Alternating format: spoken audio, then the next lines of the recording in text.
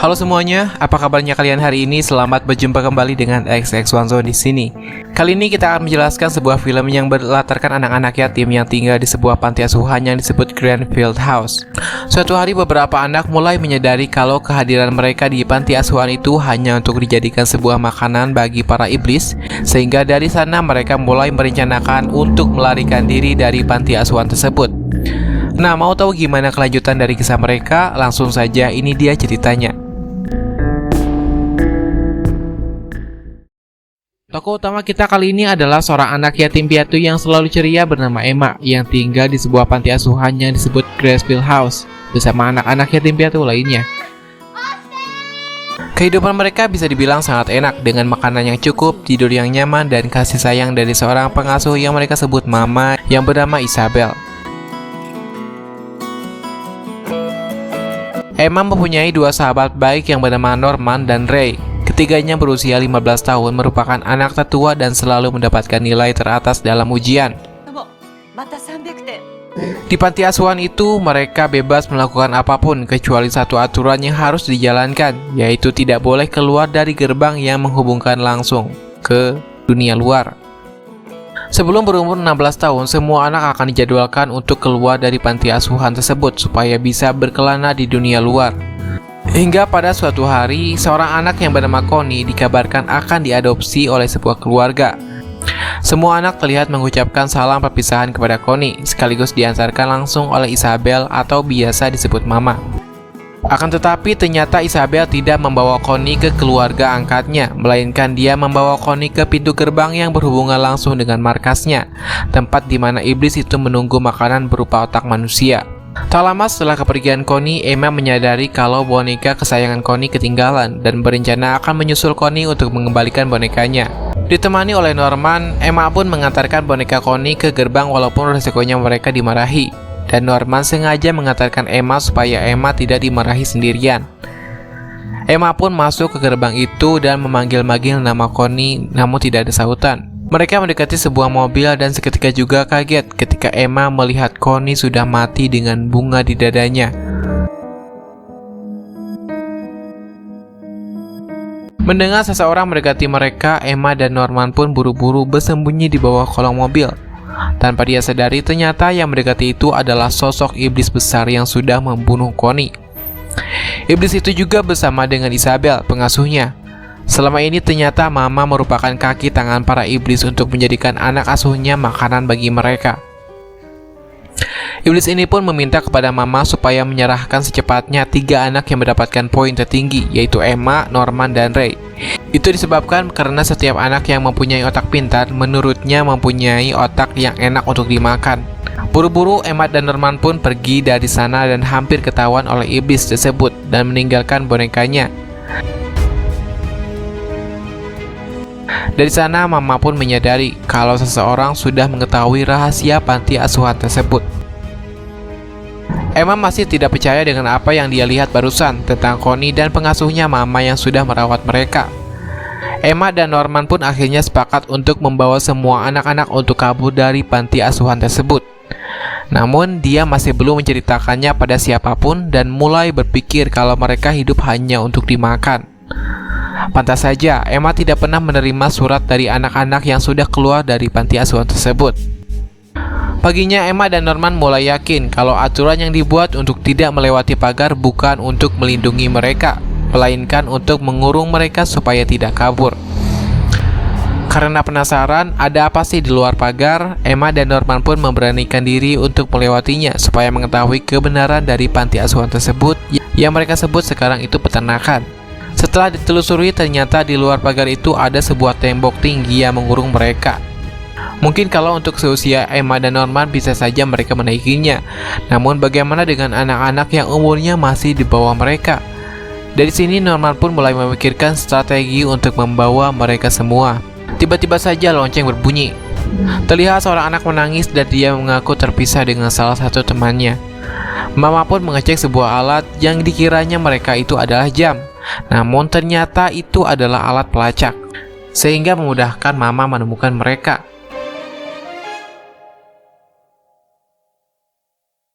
Dari kejadian itu, Norman dan Emma bisa menyimpulkan kalau dalam diri mereka itu sudah tertanam sebuah alat pelacak yang ditanamkan di telinganya dan juga anak-anak yang lainnya. Berganti scene, sekilas Emma sempat teringat kebersamaannya dengan Connie sebelum dia meninggal. Tiba-tiba saja Mama datang sambil menanyakan kenapa wajah Emma pucat. Ditambah lagi Mama mulai curiga dengan Emma kalau kemarin dia sempat pergi ke gerbang. Kemudian Emma dan Norman pun mulai membuat tali untuk pelarian mereka. Tiba-tiba saja Ray datang. Ray bertanya kenapa tingkah Emma dan Norman belakangan ini terlihat aneh setelah pergi ke gerbang. Mau gak mau di sini Emma pun menceritakan tentang Connie dan mamanya yang merupakan kaki tangan iblis. Mengingat semua anak ditanami pelacak, mereka juga harus memikirkan bagaimana caranya melepaskan pelacak yang ada di telinga mereka. Lalu semua anak disuruh berkumpul oleh Mama. Mama memperkenalkan seorang perawat lagi yang bernama Sister Crown, yang nantinya akan membantu Mama mengawasi mereka. Tentunya hal itu menambahkan beban penghalang Emma dan yang lainnya. Di samping itu, Mama menceritakan kepada Suster Crown kalau rahasia panti asuhan sudah bocor. Dia menyuruh Suster Crown untuk lebih memantau anak-anak supaya tidak kabur sampai hari mereka tiba. Sambil mengajak mereka bermain, Emma, Ray, dan Norman melatih anak-anak fisik dan strategi supaya mereka siap jika waktu pelarian tiba. Tak lama, Sister Crown pun datang dan ikut bermain bersama anak-anak. Namun hal itu dijadikan kesempatan oleh Emma supaya bisa mengenal musuhnya lebih dalam. Tetapi di balik kedatangan Suster Crown, ternyata Suster Crown berambisi ingin merebut gelar Mama dari Isabel. Setelah sekian lama, Norman mulai heran jika Mama sudah mengetahui kalau salah satu anaknya tahu rahasia panti asuhan, kenapa dia tidak melakukan apapun. Norman pun curiga kalau di antara anak-anak ada mata-mata Mama atau istilahnya pengkhianat yang diperintahkan untuk mengawasi anak-anak yang lain. Emma dan yang lainnya menceritakan kembali tentang Mama yang bersekutu dengan iblis kepada dua temannya. Untuk mengetahui siapa yang berkhianat di antara anak-anak, Norman sudah menyiapkan jebakan. Dan benar saja, malamnya ternyata memang ada pengkhianat di antara mereka. Dan keesokan harinya, akhirnya Norman mengetahui kalau yang jadi pengkhianat itu adalah Ray. Dan di sini Ray pun mengakuinya. Usut punya usut, ternyata selama ini Ray sudah mengetahui rahasia panti asuhan. Namun dia tidak bilang, karena sebelumnya dia sudah sepakat kepada Mama bahwa dia akan menjadi pesuruhnya. Dan selama jadi pesuruh Mama, Ray bisa bertahan sampai sekarang dan mendapatkan barang-barang yang berasal dari dunia luar. Akan tetapi ternyata ada fakta lain tentang Ray. Menurutnya, walaupun dia menjadi pesuruh Mama, selama ini dia sudah merencanakan untuk kabur dari sana tanpa ada siapapun yang mengetahuinya. Dan dia juga yang sengaja menyimpan boneka Connie supaya Emma dan Norman mengetahui rahasia ini. Berdasarkan hal tersebut, akhirnya Ray mau bergabung dengan Emma dan Norman untuk kabur bersama-sama dan menjadi pengkhianat untuk Mama. Ray pun menunjukkan alat yang ia rakit sendiri untuk menghancurkan pelacak yang ada di telinga mereka. Di lain tempat, Ray melaporkan kepada Mama bahwa Norman berniat meracuninya. Namun di sisi lain, laporan itu bertujuan untuk menjebak Mama. Saat itu juga Mama mengingatkan kalau Ray akan dikirim pada iblis, yaitu pada saat ulang tahunnya, yaitu 2 bulan lagi. Keesokannya, ketika mereka sedang berdiskusi untuk merencanakan pelarian, tiba-tiba saja Suster Crown mendengarkan pembicaraan mereka. Kini dia tahu apa yang direncanakan oleh anak-anak yatim tersebut. Usut punya usut, ternyata dulunya Suster Crown juga merupakan salah satu anak yatim yang diasuh di sana. Dia sangat terobsesi dengan gelar Mama dan ingin menyingkirkan Isabel. Untuk itu, dia ingin bergabung dengan anak-anak untuk bisa keluar dari panti asuhan tersebut. Karena Suster Crown juga tidak bisa keluar begitu saja, karena ada chip di tubuhnya yang akan membuat jantungnya berhenti apabila dia melewati pagar. Di sisi lain, anak-anak ini pintar. Mereka tidak bisa percaya kepada Suster Crown begitu saja. Ditambah lagi ketika Suster Crown mengetahui kalau anak-anak itu mengetahui keberadaan pelacaknya dan ada alatnya juga, ia bertekad akan mencari alat itu sebagai barang bukti. Semua anak-anak terlihat senang ketika mereka berkumpul untuk difoto menggunakan kamera milik Ray pemberian dari Mama. Sementara itu, ketika anak-anak sedang berada di luar, Suster Crown beraksi untuk mencari alat penghancur pelacak yang dibuat oleh Ray. Setelah menggeledah kesana kemari, akhirnya Suster Crown menemukannya di dalam sebuah boneka milik salah satu anak. Ketika dia akan membukanya, tiba-tiba Isabel datang dan buru-buru boneka itu langsung diambil oleh salah satu anak yang merupakan pemiliknya. Mama memberikan sebuah surat kepada Suster Crown yang berasal dari pusat untuk dia baca. Surat itu menjelaskan kalau Suster Crown akan dipindahkan ke peternakan 4 dan mendapatkan gelar mama di sana. Setelahnya dia pergi dari peternakan itu dan menghadap nenek, ternyata dia dijadikan makanan untuk para iblis. Hari berikutnya, Ray mencoba menghambat Mama sementara Norman dan Emma akan memanjat dinding. Namun rencana itu gagal sehingga Ray pun dikurung oleh Mama. Ketika Norman dan Emma hendak memanjat tembok itu, tiba-tiba saja Mama datang. Untungnya Emma sempat menyembunyikan alat pelacaknya. Mama bilang kepada Emma dan Norman untuk menyerah saja karena mustahil buat kabur. Di sini Emma menyuruh Norman untuk pergi sementara dia menghentikannya. Tak lama kemudian Mama mematahkan kaki Emma. Selain itu, Mama juga bilang kalau kepergian Norman sudah ditentukan. Mama pun mengumpulkan kabar kepergian Norman kepada semua anak bahwa Norman akan diadopsi oleh sebuah keluarga nanti malam. Akan tetapi Emma dan Ray yang berada di sana tahu kalau Norman bukan diadopsi melainkan dia akan mati. Siangnya Norman pun kabur sendiri untuk menghindari dari kematiannya. Semua itu sudah mereka rencanakan karena Emma dan yang lainnya tidak mau kehilangan Norman. Norman pun memanjat tembok dan berhasil naik ke atas. Ketika semua anak disuruh berkumpul, Mama menyadari Norman tidak ada. Dia pun mengecek alat pelacaknya. Emma yang sudah berpikir bahwa Norman tidak akan kembali ternyata salah. Tak lama Norman pun datang dan kembali ke panti asuhan. Setelah dibicarakan, ternyata yang dilakukan Norman itu dia mengintai keadaan di balik tembok. Ternyata di balik tembok itu hanya ada tebing yang mengelilingi panti asuhan dan tidak bisa dilompati. Hanya ada satu jalan supaya mereka bisa menyeberang. Norman rela mengorbankan nyawanya demi rencana melarikan diri bisa sukses. Dia pun memeluk Emma dan Ray untuk yang terakhir kalinya. Emma masih belum rela melepas kepergian Norman. Dia mencoba menyuruhnya untuk kabur, namun Norman yakin dengan keputusannya. Singkat cerita, setelah kepergian Norman, Emma dan Ray seperti sudah kehilangan semangat. Bahkan Ray bilang dia tidak mau kabur.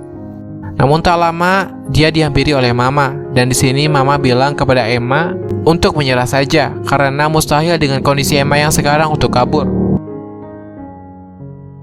2 bulan kemudian kondisi Emma sudah membaik dan dia bisa berjalan. Kebetulan malam itu adalah hari ulang tahun Ray. Emma pun menghampiri Ray yang sedang sendirian untuk membahas soal pelarian itu. Semenjak kematian Norman sampai sekarang dia masih belum menyerah. Lalu Ray mempunyai rencana lain. Dia berniat akan membakar tempat itu untuk mengalihkan perhatian Mama sementara yang lainnya kabur. Ray pun langsung menyiraminya dengan minyak tanah. Parahnya, dia berani menyirami dirinya dengan minyak itu untuk membakar dirinya sendiri. Tujuannya untuk membuat Mama kerepotan sekaligus supaya pelarian mereka bisa sukses. Ray pun menyalakan apinya dan menjatuhkannya.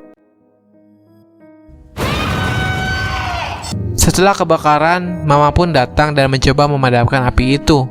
Mama ingin menyelamatkan Ray karena Ray sudah dijadwalkan untuk diberikan pada iblis. Setelah itu murid-murid yang lainnya pergi menyelamatkan diri. Namun mereka memanfaatkan kesempatan itu untuk kabur dari sana. Setelah berhasil, Ray juga ada di sana. Di ceritanya ketika Ray menjatuhkan api itu, Emma menangkapnya dan dia menggantikan Ray dengan pakaiannya dan melepaskan pelacaknya seolah-olah yang terbakar itu adalah Ray. Sebelum itu rencana tersebut ternyata rencananya Norman sebelum dia mati, karena dia menyadari kalau Ray suatu saat akan membakar panti asuhannya dan memanfaatkan kesempatan itu untuk kabur. Sayangnya tidak semua anak yang dibawa. Anak-anak kecil yang usianya kurang dari 4 tahun terpaksa harus tinggal. Akan tetapi Emma berjanji sebelum mereka dijadwalkan, Emma akan menjemput mereka. Di lain tempat, Mama yang menyadari kalau dia dijebak kemudian menyusul mereka yang kabur. Walaupun sempat dia tertahan dengan anak-anak kecil, namun dia tetap mengejar mereka. Dia melaporkan ke pusat kalau ada anak-anak yang kabur dan menunggunya di jembatan. Tak lama, alarm pun berbunyi. Karena Emma tahu kalau jembatan sudah dijaga, dia memilih untuk melewati tebing dengan tali yang sudah disiapkan. Satu persatu anak-anak itu turun dengan alat-alat seadanya. Mama yang menunggunya di jembatan mulai heran kenapa anak-anak itu tidak muncul. Dia pun mulai curiga dan menyusulnya ke tembok. Singkat waktu, ketika semua anak sudah turun dan yang tersisa tinggal Emma, tiba-tiba datang Mama. Di sini Mama bercerita kalau dulunya Isabel juga pernah berada di posisi mereka untuk kabur. Namun setelah melihat tebing ini, Isabel memutuskan untuk menyerah dan akhirnya menjadi Mama. Dia mengancam Emma kalau sampai terjun, Mama akan memotong talinya. Akan tetapi tekad Emma sudah bulat. Tidak peduli kalau talinya dipotong atau tidak, Emma akan tetap terjun. Emma berusaha meyakinkan Mama mengenai keputusannya ini supaya pikiran Mama bisa lebih terbuka. Alhasil ketika Emma terjun, Mama pun memilih untuk membiarkannya.